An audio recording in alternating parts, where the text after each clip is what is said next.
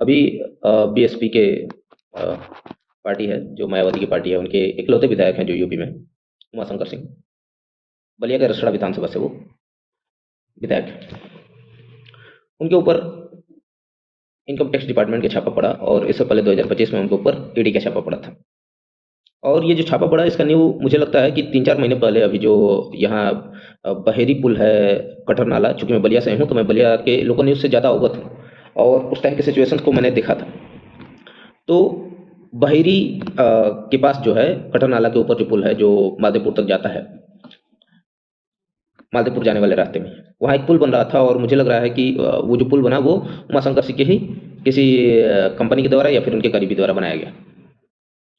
अब चूंकि भाजपा जो है वो फीता काटने वाली पार्टी है, जैसे आपने देखा ही होगा कि अभी 2-4 10 दिन हुए जहाँ पे कटहर नाला का सुंदरीकरण जो भी है, जो भी प्रोजेक्ट आया, उसके लिए 2-4 क्रेन आए, मिट्टी थोड़ा सा सीधा किया गया, फोटो खींचा गया, उद्घाटन हुआ। काम देख ही रहे होंगे, जो लोकल होंगे बलिया के वो देख रहे होंगे कि बलिया के उस कटहर नाला का काम कितना चल रहा है। मेडिकल कॉलेज की स्थिति आप देख ही रहे हैं, बस स्टैंड की स्थिति देख ही रहे हैं, तो इसमें बहुत ज़्यादा कुछ बताने लायक नहीं है। लेकिन ये जो टसल है उमाशंकर सिंह के साथ, और उस दौरान जो कटहर नाला के पुल जो बहरी वाले रास्ते में जाता है, उसमें जो विवाद हुआ, उसी टाइम ये न्यू पड़ चुका था कि उमाशंकर सिंह के खिलाफ कुछ ना कुछ एक्शन प्लान करेगी बीजेपी। और उस टाइम एक सख्त लहजे में धमकी भी दे दी गई थी कि जांच बैठाई जाएगी। वो अलग बात है कि उमाशंकर सिंह ने भी कहा कि सबके काले चिट्ठे हमको पता है, और चूंकि क्या दबी आवाज में बलिया के जनता में भी ये बात है कि कौन से ठेके कैसे होते हैं और कौन से किस तरीके से ठेके होते हैं, कैसे ठेका मिलता है, उसमें क्या कट डिसाइड है, ये सब चीज़ें जो इस सरकार में है वो बहुत जनता अवगत है इससे। ठीक है। और उमाशंकर सिंह का एक इमेज ऐसा है कि जैसे मैं एक उदाहरण देता हूँ, आप मिड्ढी से होके और बांसडी के चारी तक का एक रोड था जो मेरे मतलब जब से मुझे होश आया तब से वो टूटा हुआ ही था। फिर उमाशंकर सिंह ने उस रोड को बनवाया और वो इतना मजबूत काम कर रहा है कि उमाशंकर सिंह के जो कुछ कार्य हैं, जो भी, चाहे वो कॉन्ट्रैक्ट जो भी लेते हैं, चाहे जो भी कन्याओं का विवाह कराते हैं, तो इस तरीके से बलिया में जितने भी नेता हैं उसमें, चाहे पार्टी से हट के, और मैं ये मानता हूँ कि उमाशंकर सिंह चाहे वो रसना से लड़े या फिर यदि वो सदर से आके भी ट्राई कर ले तो वो बहुत इजीली अपनी सीट निकाल लेंगे। तो एक ऐसा नेता है जिसके प्रति जनता बहुत पॉजिटिव है, और चाहे वो बसपा में हो, चाहे भाजपा में हो, चाहे वो सपा में हो, किसी भी पार्टी में रहेगी उसकी सीट रुकने वाली नहीं है। ये मेरा एक पर्सनल विचार है और जो मुझे लगता है कि बहुत सारे जनता का भी यही पर्सनल विचार है। लेकिन अब ये जो हुआ वो उमाशंकर सिंह के जो ये कहा गया कि सीएजी का रिपोर्ट है, और सीएजी की रिपोर्ट के हिसाब से इनके जो भी खनन से रिलेटेड, तो खनन की बात यदि की जाए तो खनन में क्या है, झारखंड में जितने खनन कार्य होते हैं उसमें आधे से ज़्यादा भाजपा और वहाँ के झारखंड की सत्ताधारी पार्टी है उसके एमएलएज करते हैं। कितने आप लोगों ने खनन रोक लिया? क्या चंदौली में जो खनन होता है, चाहे जिसमें मिर्जापुर के लोग इन्वॉल्व हैं, चंदौली के लोग इन्वॉल्व हैं, कितने लोगों के ऊपर, खनन वाले लोगों के ऊपर जांच बैठी? केवल उमाशंकर सिंह को ही क्यों टारगेट किया जा रहा है? और उमाशंकर सिंह का इतना पॉजिटिव इमेज है कि कहीं ना मुझे लग रहा है कि कहीं क्या भाजपा इस संदेह में तो नहीं है, भाजपा या फिर और सभी पार्टियां, मैं ऐसा नहीं कर रहा हूं कि केवल बलिया को बर्बाद करने में भाजपा का ही योगदान है। भाजपा के तो एमएलए अभी पिछले 2 सेशन से थे, इससे पहले भी जो भी बलिया की बर्बादी हुई है उसमें बसपा और जो बसपा के मंजू सिंह कहें या फिर जो अभी वर्तमान में भाजपा में है, या फिर सपा के नारद राय, वो भी यहाँ पे रह चुके हैं एमएलए। और उस दौरान जो बलिया की स्थिति थी वो आप देख रहे होंगे। अभी जो बलिया के लिए अच्छा खासा बजट के साथ मालतीपुर रोड से लेके और उधर सतीश चंद्र पैलेस तक का रोड बना है, जिसमें आप देख रहे होंगे डिवाइडर है ना, उस पर लाइटिंग है, और डिवाइडर को एकदम ग्रीनरी बनाने को कहा गया था, लेकिन डिवाइडर ऐसे ही बना के छोड़ दिया गया है। ठीक है। और कितना बजट हुआ होगा यदि उस पर आरटीआई डाल के यदि कोई देख ले तो आपको पता चलेगा कि उसमें क्या क्या बजट थे, क्या क्या प्लान था और क्या क्या किया गया। तो उस हिसाब से उमाशंकर सिंह को टारगेट करना, और ये मुझे लग रहा है कि उमाशंकर सिंह के साथ पर्सनल द्वेष के साथ ही किया गया है। काहे कि वो उस टाइम जो न्यू पड़ गई थी, जो बहरी वाला मामला था, उसके हिसाब से अब ये जो पावर टसल चल रहा है उसके हिसाब से यदि देखें तो उमाशंकर सिंह ने भी कहा था कि हम चिट्ठा खोल देंगे।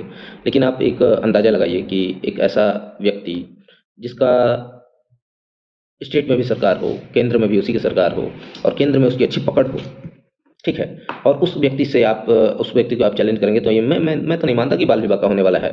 ठीक है।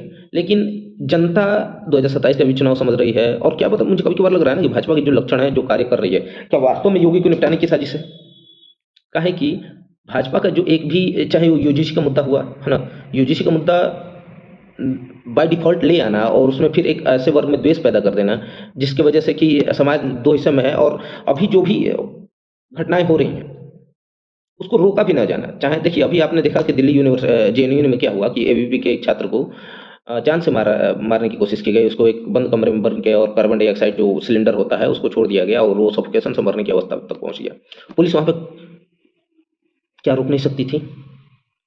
क्या ऐसे घटनाओं के खिलाफ कुछ भी बीजेपी एक्शन ले रही है? और बीजेपी का एक जो सबसे आसान तरीका है ना, जब आप देखिए मैं बहुत आसान भाषा में कहूँगा कि बीजेपी करना क्या चाह रही है। बीजेपी का केस ये है ना कि पहले जैसे बंगाल वाला भी केस था, यदि जब तक हिंदुओं को मारा नहीं जाएगा, जब तक एक वर्ग को प्रताड़ित नहीं किया जाएगा, तो दूसरे वो बैठ के और ये जैसे अभी आएगी बीजेपी, कुछ हो सकता है प्रवक्ता है और 2-4 कागज़ लेके बैठ जाए और देखिए वामपंथी कैसे हैं। उनको किसी के मरण और जीवन से कोई मतलब नहीं है। अरे तो तुम यदि सरकार में हो, तुम स्टेट में भी हो, तुम केंद्र में भी हो, तो तुम घंटा के लिए हो। किस लिए हो? तुम्हारी औकात क्या रह गई है? और यदि ऐसे ही रोना है तो इससे बढ़िया विपक्ष में बैठ के रो कि हमारे कार्यकर्ता के साथ ऐसा हो रहा है, एबीवीपी वाले के साथ ऐसा हो रहा है, वामपंथी ऐसे हैं। वामपंथी यदि अपोजिशन में भी रख के आप लोग बजा के चले जा रहे हैं, तो आप लोग किस काम के हैं? और फिर आप सरकार में ही क्यों हैं? और चलिए ठीक है, आप सरकार में हैं, ठीक है, आप इससे बैठ के और सिंपैथी गेन करते हैं, फिर एक वोट को पोलराइज करते हैं, चाहे वो लेफ्ट विंग और राइट विंग करके या फिर हिंदू या मुस्लिम करके आप जो पोलराइज करते हैं और उसका फायदा उठाते हैं। आप जानबूझ मुझे तो लगता है कि कई बार आप जानबूझ के मुद्दों को उकसाते हैं कि पोलराइजेशन में हो तो उसका आपको फायदा मिले। लेकिन यदि आप सत्ता में भी रह के और रोते ही रहेंगे तो बहुत दिन तक नहीं। जैसे ऐसे ही गोली देके केजरीवाल भी आए थे दिल्ली में और जनता ने केजरीवाल पे इसलिए भरोसा किया कि उसको उसके वादे बहुत बड़े-बड़े थे और उस हिसाब से यदि वो काम किया होता तो हो सकता है कि उसको बार-बार मौका मिलता। 2 बार उसको दिल्ली ने ट्राई किया। तो जनता देर सवेर समझती ही है और देर सवेर अब जनता भाजपा को भी समझ गई है कि भाजपा जो करती है कि वो अपने ही कार्यकर्ताओं के, अपने ही लोगों के बलि चढ़ा के फिर उसी को अब विक्टिम कार्ड खेल के और फिर वो सरकार में जनता में पोलराइजेशन करते हैं, चाहे वो जात के नाम पे हो। जात के नाम पे पोलराइजेशन तो ये पप्पू भी करता है, लेकिन यदि आप उसी रास्ते पे हैं तो आप में और कांग्रेस में डिफरेंस क्या है? और अभी जो आप उमाशंकर सिंह को छेड़ने जा रहे हैं, बोलिए मैं ऐसे भी आगामी विधानसभा चुनाव में भाजपा के लिए पॉजिटिव सिनेरियो नहीं दिख रहा है, काहे कि जिस हिसाब से यहाँ पे ठेका में बंदरबाट हुई है, चाहे ददरी मेला हो, चाहे जो भी बवाल कट रहे हों, संभवतः भाजपा यहाँ पे मजबूत नहीं है। और मैं कई बार जब कहता हूँ तो मेरे को हिसाब से ये चीज़ें हैं कि ये दिखेंगी। जब दबी आवाज़ में जनता बात कर रही हो, बहुत खुल के ना आ सकती हो, तो एक टाइम आता है जब उसका रिजल्ट बता जाता है।